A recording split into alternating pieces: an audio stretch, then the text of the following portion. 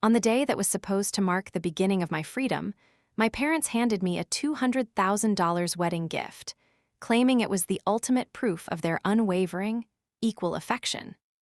Tears pricked the corners of my eyes as I clutched that smooth, gold-embossed bank card, genuinely believing that the invisible wall between me and my family had finally crumbled. My mother reached into her satin purse and pulled out the gleaming bank card, holding it up like a trophy so that every guest in the crowded hall could see it. When your two younger sisters, Sarah and Annie, got married, your father and I kept our promise, she spoke loudly, ensuring her words carried to the very back of the room. We gave each of them exactly $200,000 to build their new lives. Today, Lisa, it is your turn. Inside this account is your $200,000 dowry. Your father and I treat all our daughters with absolute fairness. We never have, and never will, favor one over the other. The room erupted into a symphony of applause and murmurs of deep admiration. Relatives turned to one another, nodding in approval, while several uncles enthusiastically raised their thumbs in the air. A mother-in-law like that is one in a million, an aunt whispered loudly from the front row. To treat three daughters so equally in this day and age is truly rare. Hearing those words, the knot that had lived in my chest for nearly 3 decades momentarily loosened. Growing up, I had always felt like the odd one out, the eldest daughter who was expected to work harder, complain less, and yield everything to Sarah and Annie. But the warmth of that illusion was brutally short-lived. As the guests began to file out toward the courtyard for the cocktail hour, leaving the main hall temporarily empty, I realized I had left my bridal touch-up kit in the adjacent dressing room. Stepping quietly away from the noise, I walked down the dim hallway. Just as I reached the door, the sound of muffled, familiar laughter made me freeze in my tracks. Through the cracked doorway, I saw my younger sister Sarah leaning against the vanity, a smirk playing on her lips. She pulled my mother into the corner of the room, lowering her voice to a sharp whisper. "Mom, from the moment we were kids, you've always loved me and Annie the most. Are you seriously telling me you're just going to let the big sister walk away with all $200,000? That's not fair to us." My mother let out a low, mocking scoff, a sound so entirely devoid of the warmth she had displayed on stage that it made my blood run cold.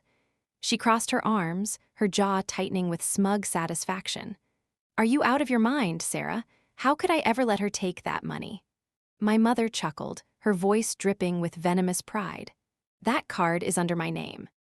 Yesterday afternoon, before the bank even closed, I went to the branch, reported the card completely lost, and locked the entire account. The glass of red wine in my hand slipped from my fingers, shattering against the hardwood floor with a sharp, violent crack. The deep red liquid splattered across my white bridal shoes and stained the hem of my gown, but I couldn't feel it. The icy chill creeping through my veins had nothing to do with the spilled wine. It was my heart freezing solid inside my chest. Through the narrow crack in the dressing room door, my mother's voice continued to filter out, sharp and dripping with an arrogant, unbothered malice that I had never heard before. "As soon as the groom's family takes her out of this house, I'm going straight to the bank to release the hold and transfer that money right back out," my mother whispered, her tone filled with the smug satisfaction of a master puppeteer. "Sarah, that $200,000 is going toward the down payment on that apartment right next to your university campus, and the rest is going to pay off the remaining balance on Annie's new car." Sarah let out a high-pitched, delighted giggle, clapping her hands together. "Mom, you really are the best. That is absolutely brilliant. I can't believe you actually pulled it off." "Of course I did," my mother bragged, her chest puffing out with pride. "I've already gained all the face and respect I could ever want in front of the relatives and the cameras. Everyone thinks I'm a saint. By the time Lisa tries to withdraw a single dollar and realizes the card is completely useless, the wedding will be over and the ink on the marriage license will be dry." What is the groom's family going to do about it then? Call off the wedding in the middle of the banquet. They wouldn't dare face that kind of public humiliation. I leaned heavily against the cold drywall of the corridor, my breath catching in my throat. but my mother wasn't finished tearing my life apart. Honestly, she's lucky she's even getting a wedding, my mother continued, her voice dropping into a tone of utter contempt.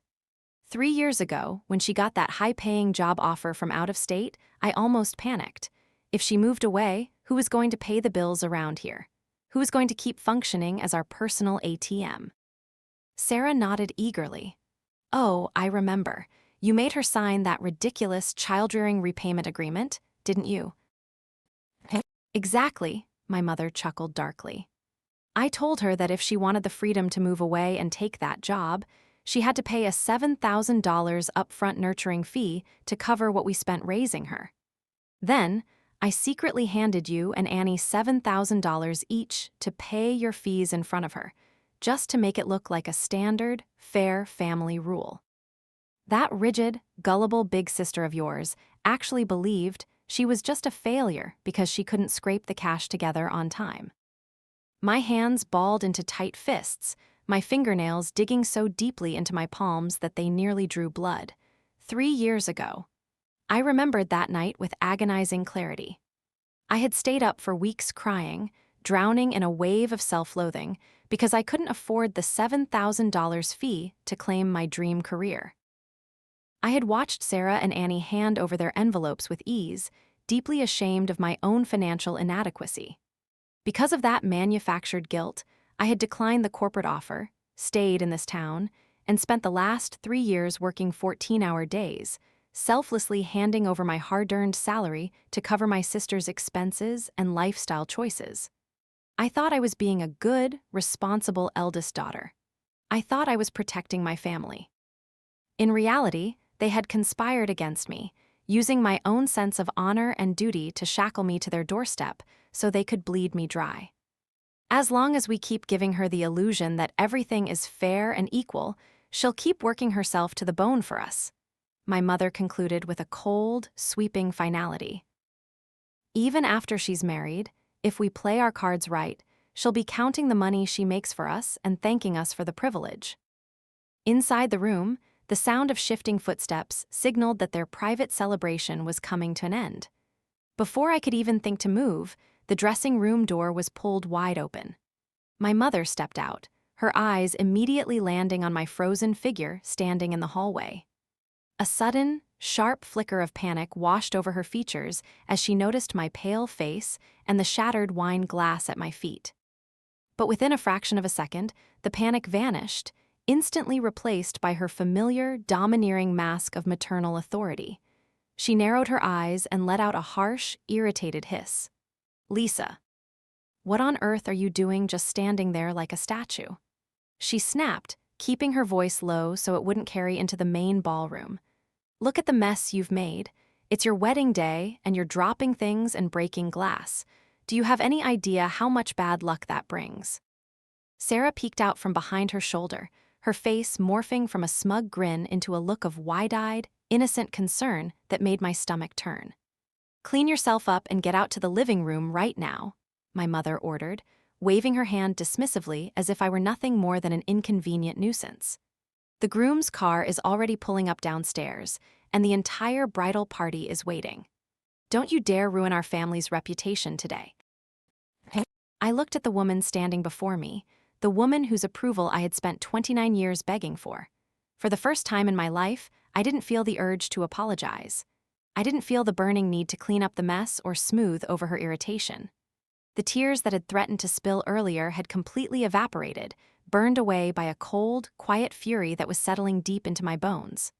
I'm coming, I said. My voice was entirely flat, stripped of any emotion whatsoever. My mother gave a sharp, satisfied nod, completely oblivious to the fact that the compliant, submissive daughter she had spent a lifetime manipulating had just died in that hallway. As she and Sarah turned to walk toward the front room, I slowly reached down, picked up the worthless gold bank card from my bridal pouch, and slid it into my glove. They wanted a show. They wanted a perfect performance for the cameras and the relatives. I was going to give them exactly what they asked for, but the script was no longer theirs to write. The heavy double doors of the main lounge swung open, and the roaring cadence of celebratory firecrackers downstairs echoed through the high-ceilinged room. Mark stepped through the threshold, his face flushed and a fine sheen of sweat glistening on his forehead from navigating the chaotic crowd of relatives. He wore his wedding tuxedo, a bit stiffly but with undeniable pride, and his hands gripped a vibrant bouquet of fresh bridal flowers. Behind him stood his parents, elderly folks whose faces bore the visible lines of a lifetime of hard labor. To pull off this day, they had spent decades scraping together their pennies, emptying their retirement accounts, and swallowing their pride to borrow another $8,000 from extended family just to meet my parents' initial demand of a $100,000 dowry. Yet, despite the financial exhaustion weighing on his family, Mark's eyes locked onto mine, and a brilliant, pure smile broke across his face. He looked at me as if I were the only person in the entire world. But before he could take more than 3 steps toward me, a flash of brilliant crimson cut through the room. My mother, moving with an aggressive, showy theatricality, stepped directly into his path, blocking him from reaching my side. She adjusted her heavy gold jewelry, smoothed down her vibrant gown, and seated herself squarely in the center armchair of the main lounge like a queen presiding over her court. Flanking her stood my father, his arms crossed over his chest with an air of manufactured solemnity, while Sarah and Annie positioned themselves perfectly within the frame of the videographer's lens, which was already tracking my mother's every move. The surrounding relatives fell into an expectant hush, eagerly watching the traditional handover. "Mark, my boy," my mother began, her voice carrying an affected, sugary warmth designed specifically for the cameras. She slowly reached into her purse, pulled out the gold-embossed bank card, and held it up right next to his face, letting the light catch its glossy surface. When a daughter leaves the Pierce household, we don't care about material greed. What we care about is absolute fairness. She turned slightly toward the main camera lens, ensuring her expression was captured flawlessly. When Sarah and Annie got married, I handed them their wedding gifts without keeping a single cent for myself.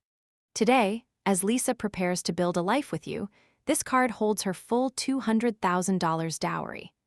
I am handing it over to you both right now, in front of everyone, to prove that a mother's love in this house is perfectly equal. A wave of loud, appreciative murmurs rippled through the room. Relatives nodded, their faces filled with awe at my mother's grand display of generosity.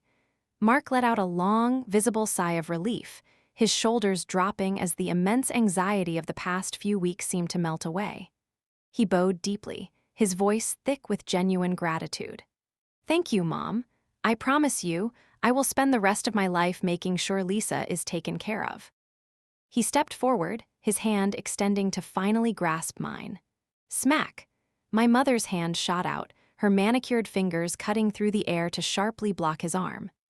The sudden movement was so aggressive that the videographer actually blinked, almost losing focus. The gentle, matriarchal smile remained plastered on my mother's face, but her eyes turned instantly cold, hard, and entirely unyielding. "Hold on a moment, Mark," she said, her voice dropping into a register that allowed for absolutely no argument. "A dowry is a gift from the parents, yes, but traditions are traditions and rules are rules." Mark froze, his hand hovering awkwardly in midair. "Mom, I don't understand." "Our Lisa is the jewel of this family, a precious gem we have nurtured with blood, sweat, and tears for 29 years, my mother stated, her tone dripping with a rehearsed, suffocating piety. "We cannot simply allow you to walk her out of our doors so easily. It wouldn't be right." She paused, adjusting the heavy rings on her fingers before looking Mark dead in the eye. "Before you take her hand and lead her to that bridal car, you need to show us your family's true sincerity. Transfer an additional $50,000 into my account right now as a boarding fee. Let me see that you actually have the financial capability and the heart to protect my daughter in the future." The collective breath of the room seemed to vanish in an instant.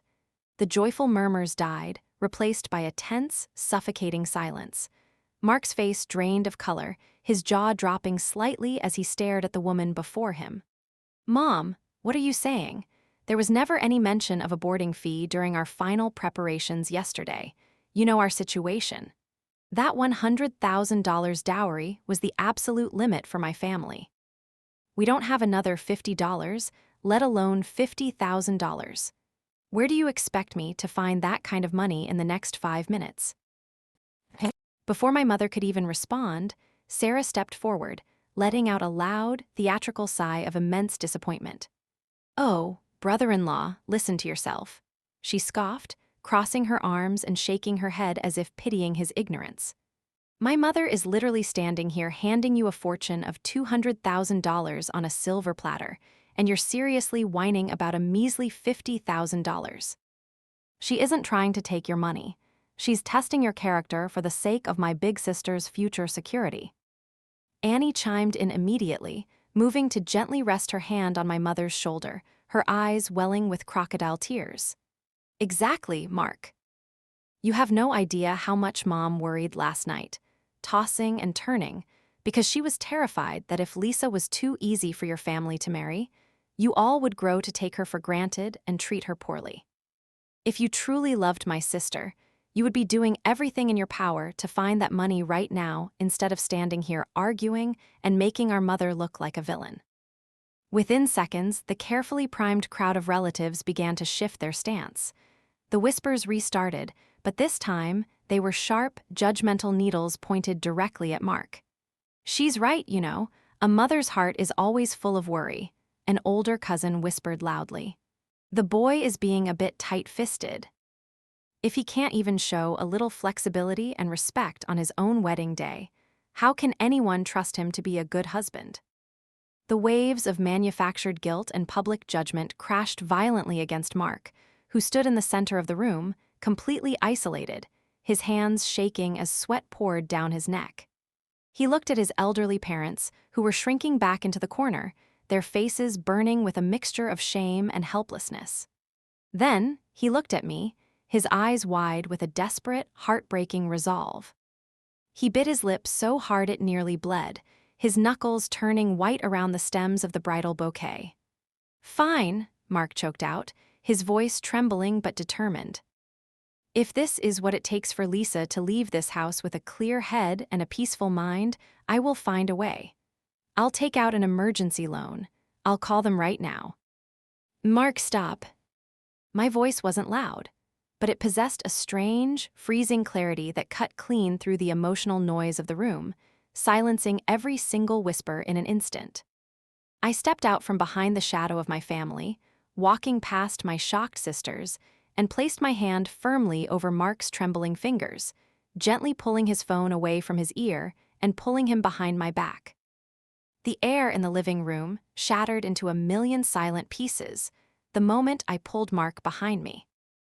The triumphant, predatory gleam in my mother's eyes hardened into a look of absolute disbelief, while Sarah and Annie stood frozen, their mouths slightly agape. For 29 years, I had been the silent gear that kept their machine running, the one who took the blame, absorbed the blows, and smoothed over the cracks to keep the family looking pristine. Standing in front of Mark like a shield was a defiance they never saw coming.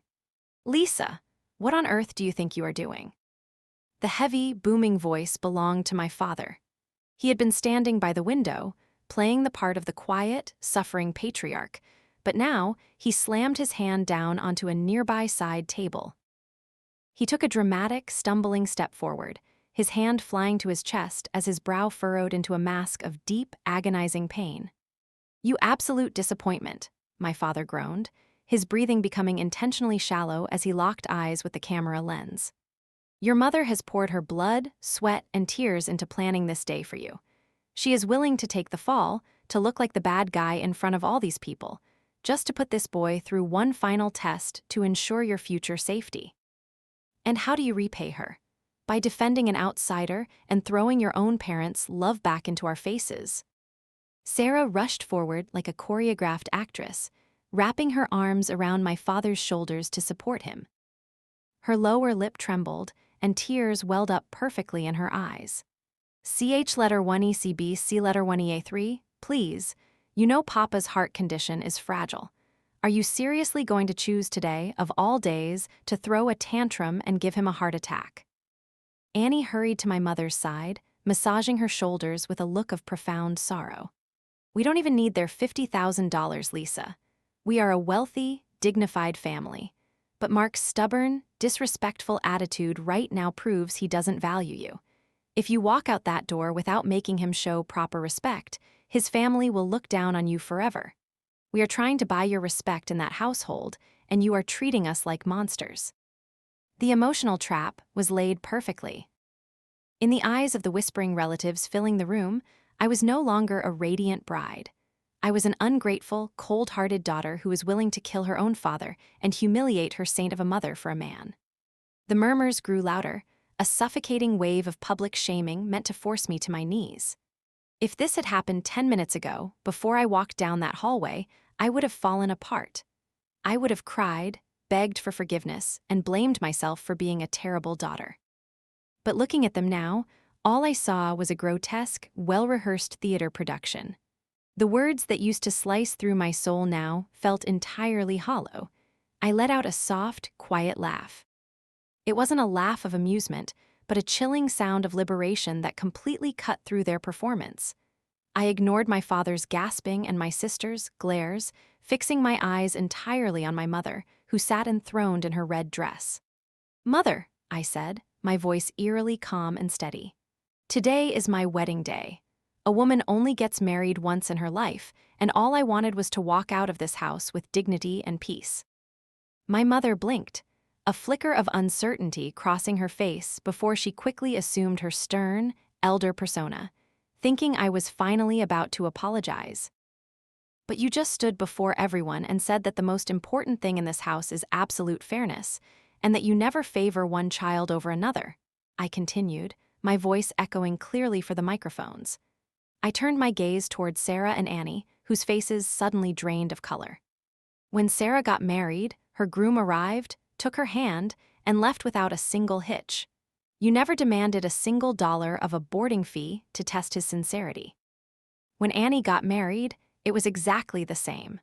So tell me, Mother, if fairness is the golden rule of this house, why does the rule suddenly change the moment it is my turn? Why must my husband be humiliated and extorted in front of a room full of guests? My mother's face flushed a deep, ugly purple. The gentle, maternal facade she had worn for the cameras began to crack, her lips trembling with rage. "Lisa Pierce, how dare you speak to me like that? Everything I do is for your own good." "Is it for my own good, or is it to ensure I am completely humiliated on the happiest day of my life?" I interrupted, cutting her off with a razor-sharp precision. I took a step closer to her chair, looking down at her. "Mother, let me ask you one simple question. Have you ever, even for a single second, truly wanted me to be happy?" The room fell into a dead, horrified silence. The relatives stopped whispering. The videographer's hands shook slightly. The question was a direct strike to the heart of her public image. If a mother truly loved her daughter, she would never choose the exact moment of the wedding procession to stage an ambush that threatened to destroy the marriage entirely. Realizing she had completely lost control of the narrative, my mother's mask shattered entirely. She slammed both hands onto the armrests of her chair and stood up, screaming at the top of her lungs. "Lisa, you ungrateful little bitch. I gave birth to you, I raised you, and this is how you insult me. If this is going to be your attitude, then this wedding is over. Get out of my house." "I intend to," I replied softly. I reached into my bridal pouch, pulled out the gold-embossed bank card, the $200,000 piece of frozen garbage, and dropped it carelessly onto the coffee table right in front of her. "You can keep your card, and you can keep your fake fairness. I only wish you had just been honest from the beginning. I wish you had just told me that you loved my sisters more, and that I was nothing but a tool to you. If you had, I wouldn't have wasted 29 years of my life trying to earn a love that never existed." Without waiting for her reaction, I turned around and locked my fingers tightly with Mark's. His hand was warm, grounding, and real. "Mark," I whispered, offering him the first real smile of the day. "The ceremony is over. Let's go home." As we turned our backs and walked toward the exit, a porcelain teacup flew past my shoulder, smashing violently against the front door. Behind us, my mother's voice shrieked, frantic and distorted with absolute malice. Cut. Get out. If you walk out that door today, don't you dare ever come back begging for my help when his family beats and abuses you to death. I didn't flinch. I didn't slow down. I kept my eyes fixed on the open doorway ahead, walking out of the suffocating darkness of my childhood and into the bright, blinding sunlight of my new life, leaving their shattered theater behind forever. The peaceful life I thought I had won after walking out of that house was nothing more than the quiet before a devastating storm. Without the toxic interference of my biological family, my wedding to Mark had been beautiful, intimate, and warm, celebrated only by his loving parents and a few close friends. For a brief moment, I genuinely believed the shackles had been broken. I threw myself entirely into my career, working tirelessly for a prestigious design corporation where, after months of dedication, I had finally entered the final, critical stage for a promotion to managing director. Everything I had sacrificed for was finally within my grasp, until Tuesday afternoon. I was sitting at my office desk, finalizing a quarterly corporate report, when a younger colleague named Chloe came sprinting toward my cubicle. Her face was completely pale, her hands trembling as she held out her smartphone. "Lisa, oh my God, Lisa, have you seen the local trending page today?" Chloe stammered, her eyes wide with panic. "Someone posted a video, and it's completely blowing up. They are using your real name and tagging our company's location." A cold knot of dread tightened in my stomach. I snatched the phone from her hand and looked at the screen. The bold, sensationalized title at the top of the trending page read, "Heartbreaking. Elderly parents sacrifice entire life savings to give eldest daughter $200,000 wedding dowry, only for her to steal the money, flee with her groom, and cause her mother to suffer a near-fatal heart attack." My breath hitched as the video played. The camera cut to a sterile, white hospital room where my mother was lying dramatically in a medical bed. She was wearing a faded hospital gown, an oxygen mask hooked into her nose, and her face looked artificially pale, gasping for air as if she were drawing her very last breath. Sarah and Annie were positioned perfectly on either side of the bed, weeping hysterically, their shoulders shaking with a level of theatrical grief that would have won awards. Annie suddenly turned her tear-streaked face directly toward the camera lens, sobbing uncontrollably as she began her rehearsed indictment. "My big sister, Lisa Pierce, is a monster," Annie cried into the microphone, her voice cracking perfectly on cue. "Because she wanted to completely monopolize the $200,000 dowry my parents selflessly gave her. She publicly humiliated our family on her wedding day, severed all ties, and stole the entire fund. Now, our poor mother has been diagnosed with a critical heart condition from the sheer shock and grief. She needs emergency surgery immediately, but Lisa has blocked our entire family, changed her number, and refuses to give back a single cent of the stolen money. We don't even care about the cash anymore. We just beg her to come to the hospital and look at her dying mother one last time." The video had already amassed millions of views, and the comment section was a roaring, toxic wildfire of public fury. "How can a human being be this utterly evil? She is a literal animal." One comment read, "She took her elderly parents' retirement money to live a luxury lifestyle while her mother dies in an ICU. Someone find out where this bitch works." Wrote another, "Caster her out of society, dox her. Don't let this ungrateful wolf survive in our city." I stared at the screen, my entire body going completely numb. It was a beautifully orchestrated lie. I hadn't taken a single penny. The card they handed me was a frozen, useless piece of plastic that my mother herself had canceled before the wedding even began. But the internet didn't care about the complex truth. The internet only believed in tears, weakness, and a dying mother in a hospital gown. In a matter of hours, I had been branded a societal criminal. The fallout was instantaneous and catastrophic. By 3:00 p.m., the extreme internet trolls had successfully unearthed my corporate profile. The reception desk on the first floor was thrown into absolute chaos as the landlines rang continuously, flooded with thousands of enraged strangers screaming profanities, hurling death threats, and demanding that the company immediately fire the ungrateful monster, Lisa Pierce. To make matters worse, an extremist online group based in our city had actually ordered 2 massive, black-and-white funeral wreaths. They had marched into the building and planted the ominous wreaths directly in the center of the main corporate lobby, with my name written across the banner in bold, mocking letters. Whispers echoed through every cubicle in my department. My coworkers, people I had eaten lunch with for years, looked at me with expressions of profound disgust and judgment, treating me like a leper. Then, the internal desk phone rang. The caller ID read, Human Resources Director. Lisa, step into my office immediately, the director's voice commanded, completely stripped of its usual professional warmth. When I pushed open the heavy glass door of the HR office, the director slammed a thick stack of printed online complaints, angry customer emails, and negative public reviews onto the desk. Her brow was furrowed in deep irritation. Lisa, your performance and design capabilities at this firm have always been exemplary, the director began, her tone cold and calculating. The board of directors had already finalized your promotion to managing director for next month. But look at this chaos.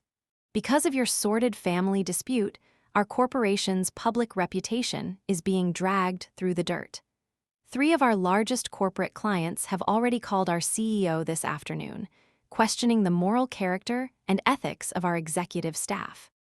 She leaned forward, locking her eyes onto mine as she delivered a brutal ultimatum. This company does not care who is right or who is wrong in a domestic argument. We only care about public impact. If you cannot completely extinguish this viral wildfire and clear this negative press by tomorrow morning, your promotion will be permanently revoked, and you will be placed on an indefinite, unpaid suspension effective immediately. I squeezed my hands into tight fists, my fingernails biting so deeply into my palms that they left deep, white crescent marks. My knees felt weak, and for a split second, a wave of profound despair threatened to drown me. They wanted to take everything from me.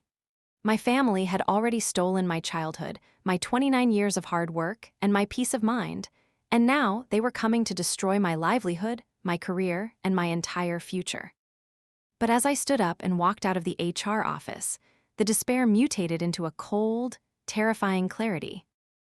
Running away wouldn't bring peace. Playing the quiet victim would only allow these legal vampires to completely drain my marrow. If my mother and sisters wanted to use the entire internet to publicly execute me, then I would give them the grand finale they deserved. I would stand directly in front of their cameras, and I would personally rip away their masks of false righteousness, exposing the rotting monsters underneath for the whole world to see. The next morning, the glass doors of my company's ground floor lobby didn't look like an entrance to a workplace. They looked like the gates to a public coliseum. Even from the street, I could see the blinding, rhythmic flashes of camera equipment reflecting off the polished marble walls. The entire lobby was packed to absolute capacity, a suffocating sea of human bodies. Viral content creators held up smartphones on selfie sticks, shouting dramatic narratives into wireless microphones for their live streams, while mainstream media reporters and independent paparazzi jostled for prime positioning, blocking the turnstiles completely. And right there, planted dead in the center of the chaotic maelstrom, was my family. My mother sat prominently in a sleek, lightweight wheelchair, dressed head to toe in a crisp, sterile hospital uniform to maintain the illusion of a dying patient. The moment her eyes locked onto me stepping through the entrance, her face morphed into a mask of agonizing, heartbreaking grief, and she let out a loud, theatrical wail that echoed across the vast room. "Lisa, my beautiful, cruel girl, you've finally come to see your dying mother." She shrieked, her voice cracking with forced emotion as she began thrashing wildly, pretending to try and throw her body out of the wheelchair toward me.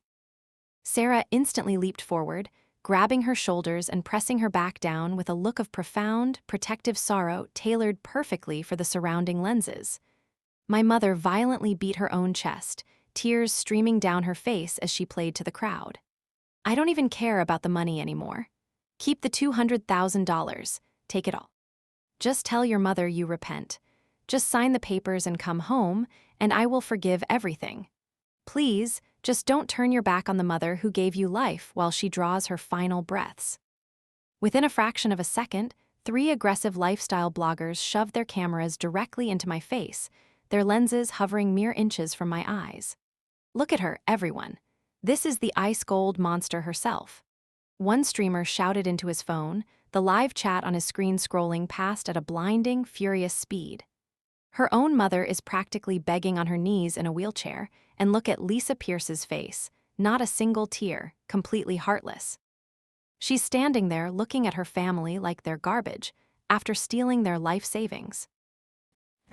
I stood entirely still in the center of the media storm, my expression completely blank, staring down the 3 women who shared my DNA.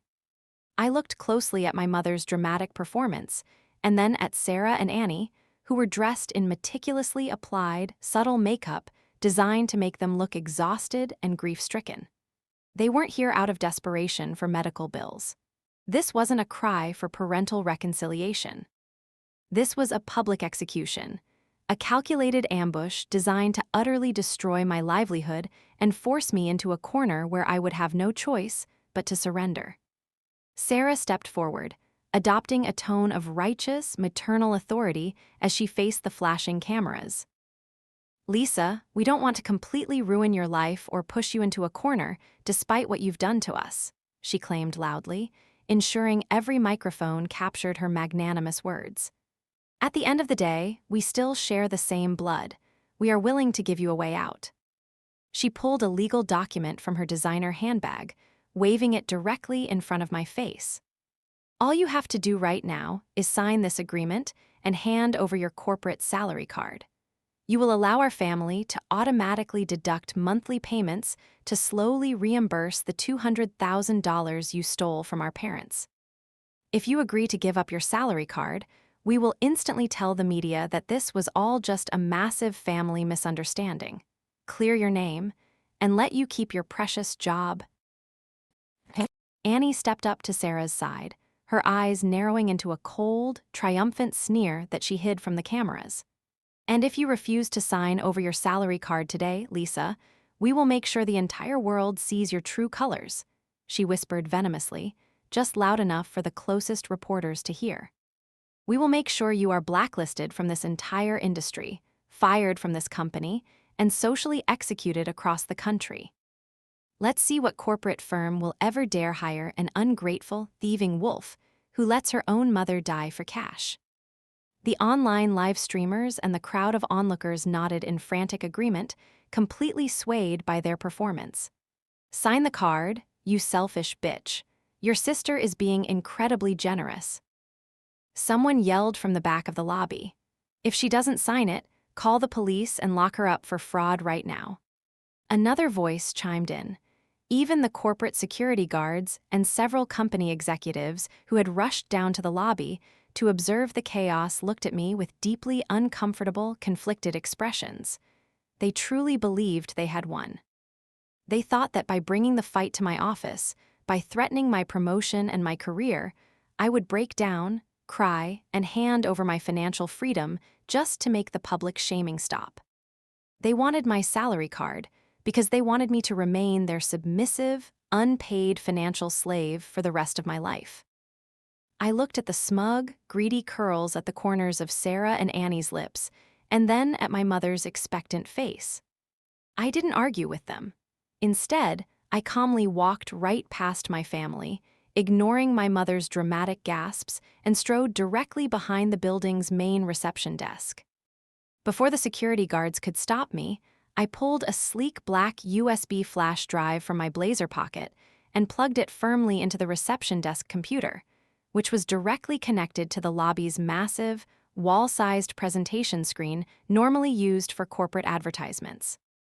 The giant screen flickered, instantly killing the corporate logo and glowing with a brilliant, blinding light. Every single head in the lobby, including the paparazzi, the live streamers, and my family, unconsciously turned around to look at the massive display. I picked up the reception desk microphone, my voice broadcasting with absolute power and chilling clarity into every single corner of the vast lobby, and directly into the audio feeds of the thousands of active live streams. Since every person in this room and on the internet currently believes that I am an ungrateful monster who stole a $200,000 dowry from her loving parents. I spoke, my eyes locking dead onto my mother's freezing expression. Then I think it is only fair that we check the exact status of that money right here, right now, and see where it actually is. The reception desk microphone amplified my voice until it was a commanding, inescapable force vibrating through the marble floors. I tapped the screen of my smartphone, which was now mirrored directly onto the lobby's massive presentation display for every camera, reporter, and live streamer to see. "Before you demand that I hand over my salary card to pay back a stolen dowry," I said, looking directly at my mother, whose theatrical weeping had suddenly ground to a complete halt, "let's look at the actual account my mother handed me on my wedding day." With a swift swipe, I opened my official banking application, typed in the exact card number of the gold-embossed wedding gift, and initiated a dummy transfer for the full $200,000. The screen didn't process the transaction.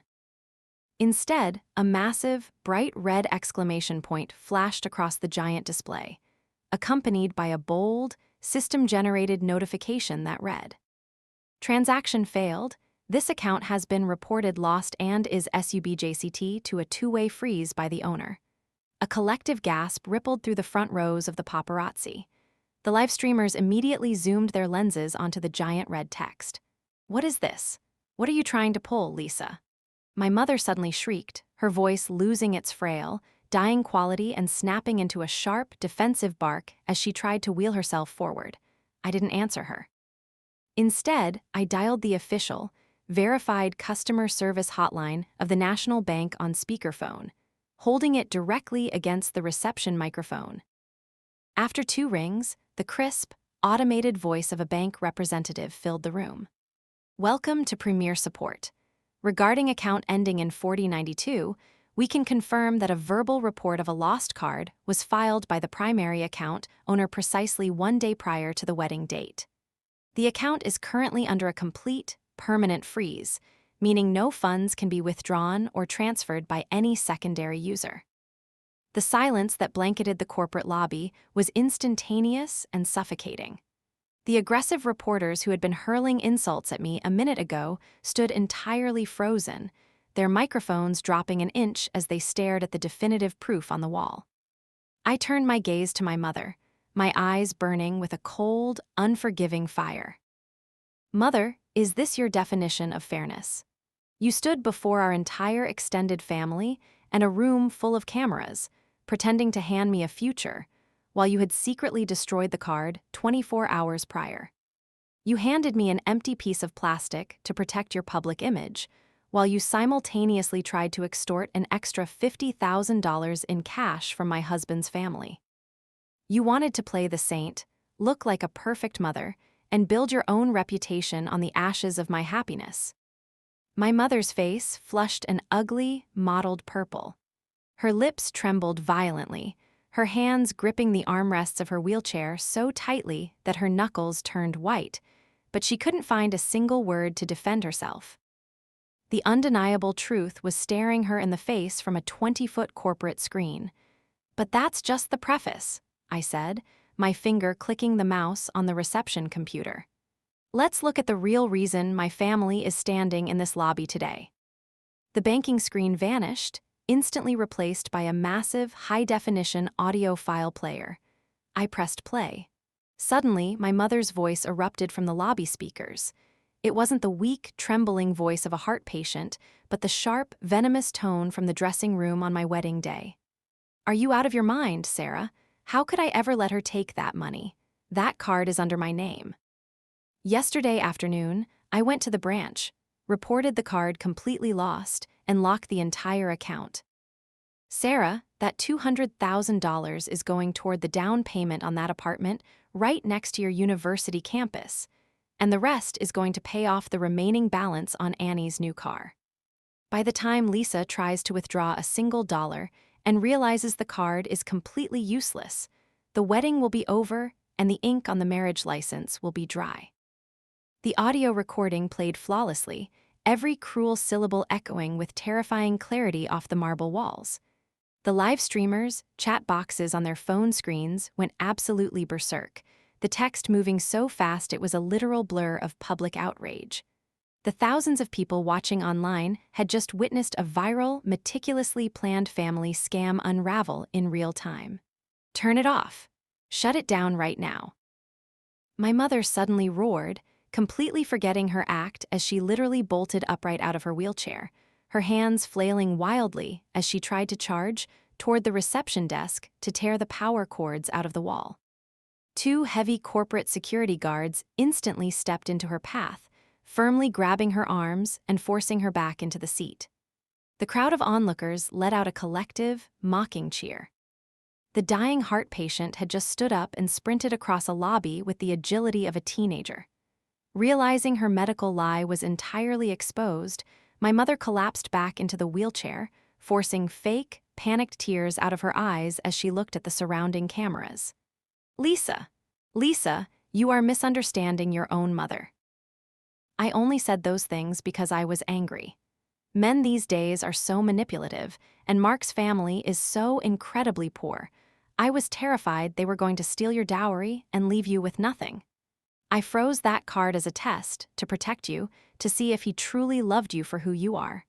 How can you trust a stranger over the mother who gave you life and raised you? I looked at her, my expression completely dead. To protect me. I clicked the mouse one more time. The audio player minimized, and a massive screenshot of a private WeChat group conversation filled the entire wall. The group contained only 2 members, Sarah and Annie. It was a conversation Sarah had accidentally posted to her public social media story the previous night before forgetting to block me, which I had instantly screenshotted. The messages on the screen were enormous, visible to everyone in the back of the room. Sarah, thank God Mom is so brilliant. We managed to kick that massive blood bag of a big sister out of the house without losing a single cent of our inheritance. Annie, I know, right? With that $200,000 locked down, my European shopping trip next month is completely covered. That broke loser belongs with a broke family. The luxury belongs to us. Sarah, honestly, how can our big sister be so incredibly stupid? She literally deserves to be bled dry by this family. The words hung in the air, like a brutal, sickening confession. Sarah and Annie, who had been weeping tears of sisterly sorrow just moments before, froze like statues, their faces turning a ghastly, translucent white as the media cameras aggressively spun around, pinning them under a barrage of blinding flashes and furious questions. The corporate lobby had transformed into a courtroom of public opinion, and my family was completely pinned beneath the weight of their own exposed greed. The reporters and internet live streamers, furious at being manipulated into a fake moral crusade, aggressively shoved their lenses into Sarah and Annie's faces.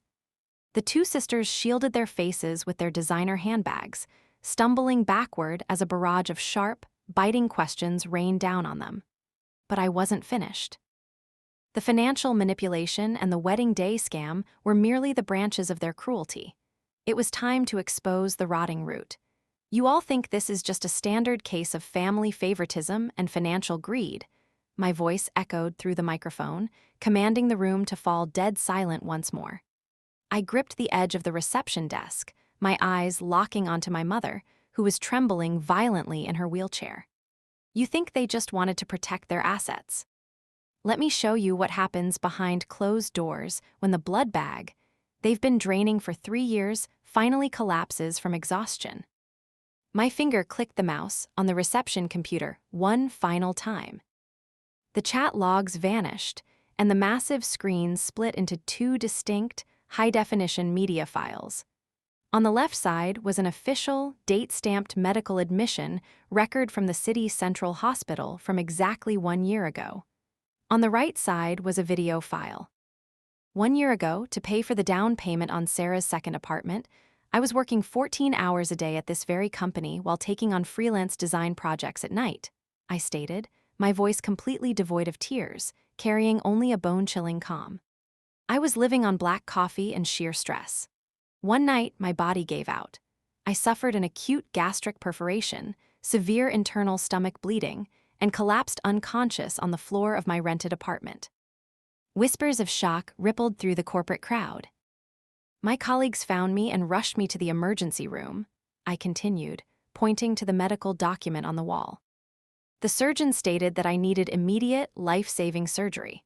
The hospital staff called my emergency contacts, my parents, more than 10 times, begging them to come to the hospital, sign the consent forms, and deposit a standard $2,500 medical fee so they could open me up. I pressed play on the first audio file attached to the medical record. It was a recorded line from the hospital's emergency department reception desk. The frantic voice of a female nurse filled the lobby. "Hello, is this Mrs. Pierce? Your daughter Lisa has been admitted with massive upper gastrointestinal bleeding.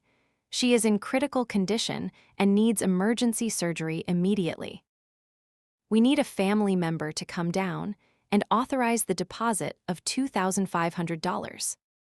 My mother's voice boomed through the lobby speakers in response, loud, intensely irritated, and completely dismissive.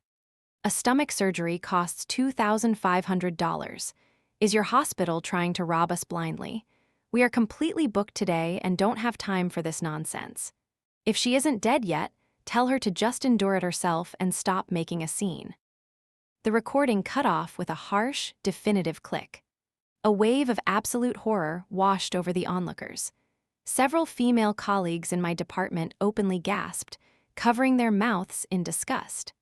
The live streamers stared at their phones in sheer disbelief as their viewers online began demanding criminal charges for parental neglect. While I was lying in an ICU bed, fighting for my life because my parents refused to drop a single dollar to save me, I spoke into the microphone, my gaze moving to the right side of the screen.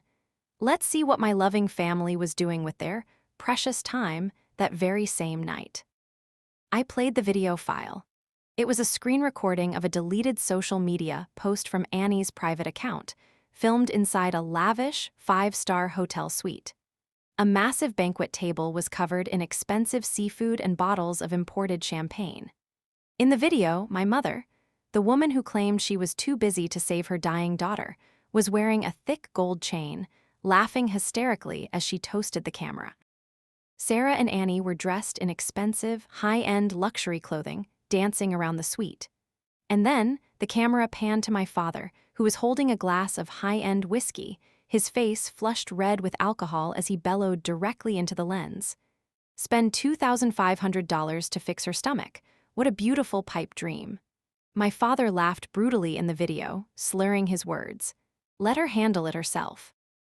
Honestly, if she actually manages to work herself to death at that office, company regulations state that an accidental death on the job pays out a minimum of $50,000 in life insurance and corporate compensation.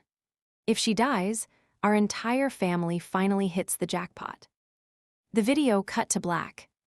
For 3 seconds, the entire first-floor lobby of the corporation was as silent as a graveyard. The sheer, unadulterated malice of the recording seemed to suck the oxygen out of the room. They hadn't just neglected me, they had actively, joyfully prayed for my death so they could trade my corpse for a corporate payout. Sucks in. They are literal monsters. A voice roared from the back of the crowd. In an instant, the lobby erupted into a volcano of pure public fury. The barrier of professional restraint shattered completely. The viral content creators and angry onlookers bypassed the corporate security team entirely, swarming the center of the lobby and surrounding my family like a pack of wolves. "You actively wanted your own daughter to die for an insurance check. You disgusting scum." A reporter screamed, shoving his heavy camera directly into my mother's face. "They should be locked up. This is attempted murder." An onlooker yelled, throwing a half-empty plastic water bottle that struck Sarah squarely in the chest. My mother completely panicked. Shaking with terror, she abandoned all pretense of being a frail, dying heart patient. She leaped out of her wheelchair, grabbed Sarah's arm, and began frantically shielding her face as they tried to claw their way through the aggressive crowd toward the exit. Annie was pushed so violently by the surging crowd that she lost one of her expensive high-heeled shoes, stumbling and weeping in genuine, terrifying desperation as the paparazzi pinned them under a relentless, blinding flash of lights. The company executives and the HR director stood off to the side, their arms crossed, watching the chaotic eviction with cold, unbothered detachment.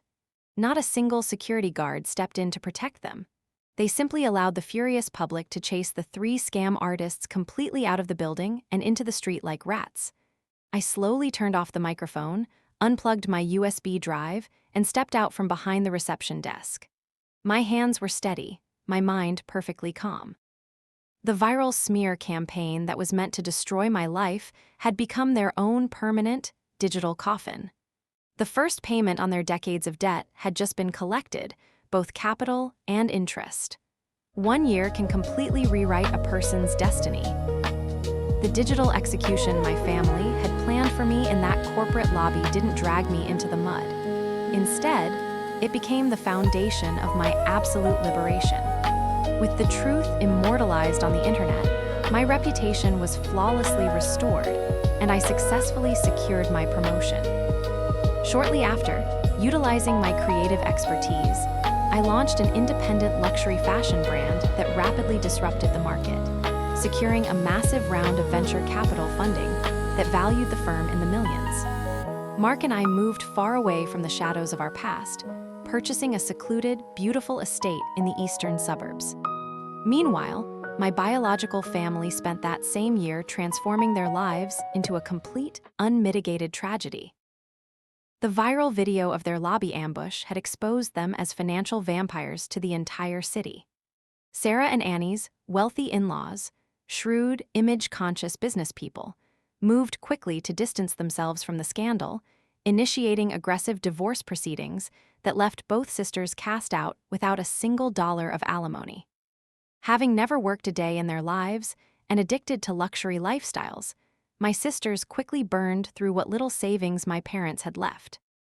They had tried to ambush me one last time, turning up at the gates of my estate with my mother carrying a thermos of seafood porridge, pleading for family forgiveness and begging me to appoint my sisters as corporate executives. But their greed had blinded them to the most basic facts of my existence. I was severely allergic to seafood, and a single bite would have sent me into anaphylactic shock, a reality they never bothered to remember because all their energy had been spent memorizing my sister's favorite things. I had turned them away into the cold, warning them that the $200,000 scam had permanently bought out any blood debt I owed them. But the ultimate, final reckoning came 6 months later in the ICU of the city central hospital. I received a frantic call from a head nurse, stating that my mother had suffered an actual, severe cardiovascular collapse and required immediate, complex open-heart surgery costing upward of $40,000. If the deposit wasn't paid, she wouldn't survive the week. I drove to the hospital, not to act as their ATM, but to put an end to this cycle once and for all. As I walked down the sterile corridor toward her private room, a vicious, muted shouting match echoed through the cracked doorway. $40,000. Where do you expect me to get that kind of money? My father's voice hissed, entirely cold and detached. Don't you dare try to emotionally blackmail me. I've already taken the deed to our final property and mortgaged it completely. My young mistress is pregnant with my son, and I'm not throwing away a single dollar on a dying old woman. The divorce papers are signed, and I'm out of here. You miserable old bastard. Sarah shrieked, the sound of a heavy slap echoing through the room. You're taking our inheritance to fund a mistress. You leave that mortgage cash here, right now, to pay for Mom's surgery. Don't play pure and holy with me, you two little parasites. My father barked back with a venomous laugh. You think I don't know what you did last month? You secretly took out a massive, fraudulent high-tier life and accident insurance policy on your mother worth $300,000. You aren't fighting for her surgery. You are actively praying she dies on that operating table so you two can split the payout and go back to your shopping sprees. A suffocating, deathly silence fell over the room. Through the glass, I looked at my mother. She was hooked up to a chaotic web of monitors, her body twitching under her oxygen mask as the heart rate line began to spike and beep frantically. Tears of pure, terrified betrayal streamed from her clouded eyes as she stared at the husband who had abandoned her and the daughters she had pampered, who were now openly plotting her death for an insurance check. This was the exact logic of human exploitation she had mastered and taught them, and now her favorite children had learned the lesson better than their teacher. I pushed the door open, the sharp click of my heels cutting through the silence. The three of them whipped around, their eyes instantly widening with greedy anticipation as if they had just seen a walking bank vault. "Lisa, you're here," Annie gasped, rushing forward. "The surgery is $40,000. You have the money, you have to save her." I calmly stepped around her, walking directly to the bedside table. I didn't look at my mother's pleading, desperate face. Instead, I opened my briefcase, pulled out a thick stack of legal documents, and slammed a check for $50,000 onto the table. "There's $40,000 for the surgery, and an extra $10,000, I said, my voice cutting through the room like liquid nitrogen. "According to the city's legal standards, this amount fully covers the retroactive conversion of a basic upbringing allowance for 29 years. With this check, I have fulfilled every legal and moral obligation of child support. I don't owe the Pierce family a single cent." Sarah's hand reached greedily for the check, but I pressed my hand firmly over it, sliding a second document forward. "But before you touch it, Mother is going to sign this legal severance agreement, completely dissolving our relationship and waiving any future claims to my estate or person," I directed. I turned my icy gaze to Sarah and Annie, whose expressions suddenly froze. "Oh, and don't get too excited about the leftovers." Before I walked into this room, I filed an official, verified fraud report with the Economic Crimes Division and the Insurance Fraud Bureau, complete with the recorded data of your secret policy filings. Sarah and Annie's faces turned completely translucent, their knees buckling as they staggered back against the wall. You didn't." "I did," I replied smoothly, turning my attention to my father, who was quietly trying to slip out the door. "And as for you, a formal summons for bigamy, asset concealment, and illegal transfer of marital property will be delivered to your 28-year-old mistress's apartment by tomorrow morning." My father's briefcase slipped from his hand, clattering against the linoleum floor as his jaw dropped in absolute ruin. I looked down one last time at my mother, whose trembling hand was hovering in the air, trying desperately to grasp the fabric of my sleeve, her chest heaving as she let out a pathetic, muffled sob for forgiveness. She finally understood that the only child who had ever possessed a genuine heart of duty was the one she had systematically broken and traded away. I stepped back, completely out of her reach, and placed a pen into her shaking fingers. With the last of her failing strength, weeping tears of absolute regret, she signed her name on the dotted line. I picked up the signed contract, slipped it into my coat, and turned my back on them without a single backward glance. Downstairs, the heavy glass doors of the hospital lobby opened, and the warm morning air washed over my face. Mark was standing by the car, his arms open, his eyes reflecting nothing but safety, warmth, and a future built on real love. I walked into his embrace, locking my hand in his. Behind us, echoing from the upper floors, were the distant sounds of shouting, the desperate wails of my sisters, and the heavy footsteps of the authorities arriving to execute the warrants. But the noise didn't touch me. The 29-year night that had drained my blood was over, and as we drove away, the horizon was completely filled with the dawn.